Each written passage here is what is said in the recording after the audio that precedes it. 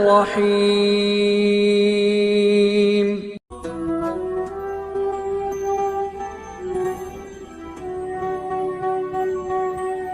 حضرت امام جعفر صادق علیہ السلام نے بے شمار علمی مناظرے فرمائے ہیں، اور کسی ایک مناظرے میں بھی آپ پر کوئی غلبہ حاصل نہیں کر سکا ہے۔ عبد الملک بن مروان کے عہد حکومت کا ذکر ہے کہ ایک قدریہ مذہب کا مناظر اس کے دربار میں داخل ہو کر مناظرے کی خواہش کرنے لگا۔ عبد الملک بن مروان نے حسب عادت اپنے علماؤں کو جمع کیا اور ان سے کہا کہ اس قدریہ مناظر سے مناظرہ کرو۔ علماؤں نے اس مناظر سے بے حد زور آزمائی کی، لیکن وہ کامیاب نہ ہو سکے اور وہ میدان مناظرہ کا کھلاڑی ان سے ہار نہ سکا۔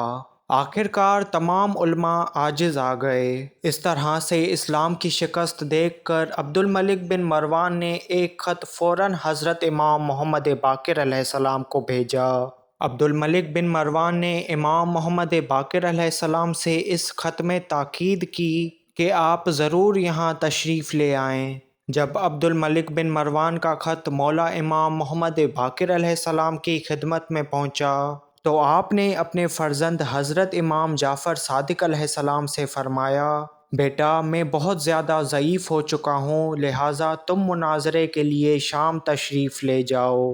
حضرت امام جعفر صادق علیہ السلام اپنے پدر بزرگوار کے حکم سے مدینہ سے شام تشریف لے گئے، اگرچہ اس وقت آپ کم سن تھے۔ عبد الملک بن مروان نے جب حضرت امام محمد باقر علیہ السلام کی جگہ حضرت امام جعفر صادق علیہ السلام کو دیکھا تو امام علیہ السلام سے کہنے لگا کہ آپ ابھی کم سن ہیں اور مناظر بہت پرانا ہے، ہو سکتا ہے کہ آپ بھی دوسرے علماؤں کی طرح شکست کھا جائیں، اسی لیے مناسب نہیں کہ مجلس مناظرہ پھر منعقد کی جائے۔ حضرت امام جعفر صادق علیہ السلام نے فرمایا کہ اے عبد الملک، تو گھبرا نہیں، اگر خدا نے چاہا تو مناظرہ چند لمحوں میں ہی ختم کر دوں گا۔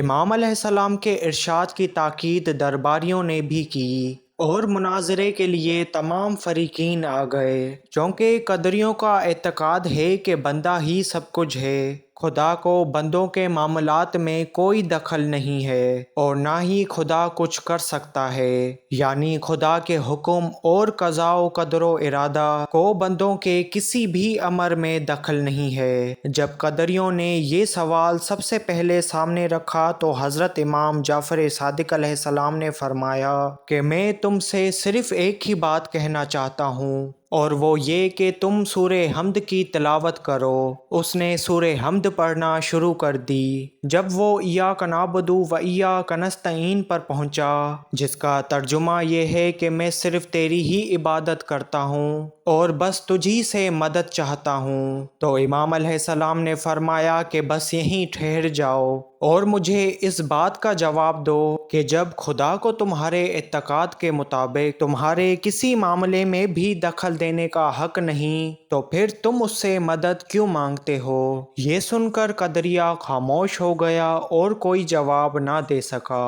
بالآخر مجلس مناظرہ ختم ہوئی اور عبد الملک بن مروان خوش ہو گیا۔ ابو شاکر یسانی جو لا مذہب تھا، جو کہ کسی خدا کو نہیں مانتا تھا، امام علیہ السلام سے کہنے لگا کہ کیا آپ خدا کا تعارف کروا سکتے ہیں اور اس کی طرف میری رہبری فرما سکتے ہیں؟ امام علیہ السلام نے ایک انڈا ہاتھ میں لے کر فرمایا، دیکھو اس کی بالائی ساخت پر غور کرو اور اس کے اندر بہتی ہوئی سفیدی اور زردی کو دیکھو اور اس پر توجہ دو کہ اس میں رنگ برنگ کے طائر کیوں پیدا ہو جاتے ہیں۔ کیا تمہاری عقل سلیم اس کو تسلیم نہیں کرتی کہ اس انڈے کا چھوٹے انداز میں بنانے والا اور اس سے پیدا کرنے والا کوئی ہے؟ یہ سن کر وہ خاموش ہو گیا اور دہریت سے باز آ گیا۔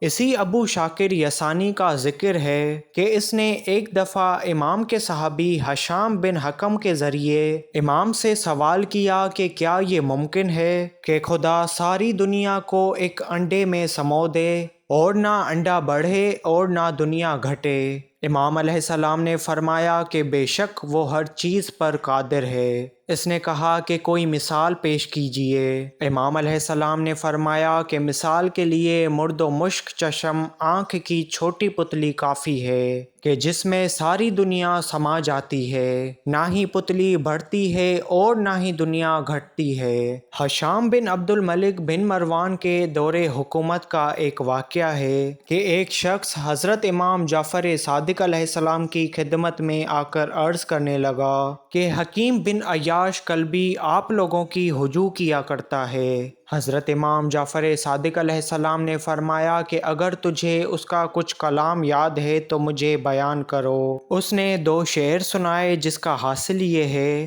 کہ ہم نے زید کو شاخ درخت خرما پر سولی دے دی، حالانکہ ہم نے نہیں دیکھا کہ کوئی مہدی دار سولی پر چڑھایا گیا ہو، اور تم نے اپنی بے وقوفی سے علی کو عثمان کے ساتھ قیاس کر لیا، حالانکہ علی سے عثمان بہتر اور پاکیزہ تھے۔ جب اس شخص کے ذریعے حکیم کے جملے حضرت امام جعفر صادق علیہ السلام نے سنے تو آپ نے دعا کی، بار الہ اگر یہ حکیم کلبی جھوٹا ہے تو اس پر اپنی مخلوق میں سے کسی درندے کو مسلط فرما۔ چنانچہ امام علیہ السلام کی دعا فوراً بارگاہ خدا میں قبول ہوئی اور حکیم کلبی کو راستے میں ایک شیر نے ہلاک کر دیا۔ حکیم کلبی کی ہلاکت کی خبر جب امام جعفر صادق علیہ السلام کو پہنچی تو امام علیہ السلام نے سجدہ شکر ادا کیا اور فرمایا، اس خدائے برتر کا شکر ہے جس نے ہم سے جو وعدہ فرمایا اسے پورا کیا۔ صادق آل محمد حضرت امام جعفر صادق علیہ السلام کی زندگی پر مبنی میری اس ڈاکومنٹری ویڈیو کا دوسرا پارٹ تھا۔ اسی طرح کی ویڈیوز دیکھنے کے لیے ہمارے چینل اہل بیت راہ نجات کو لازمی سبسکرائب کریں۔ اللہم صل علی محمد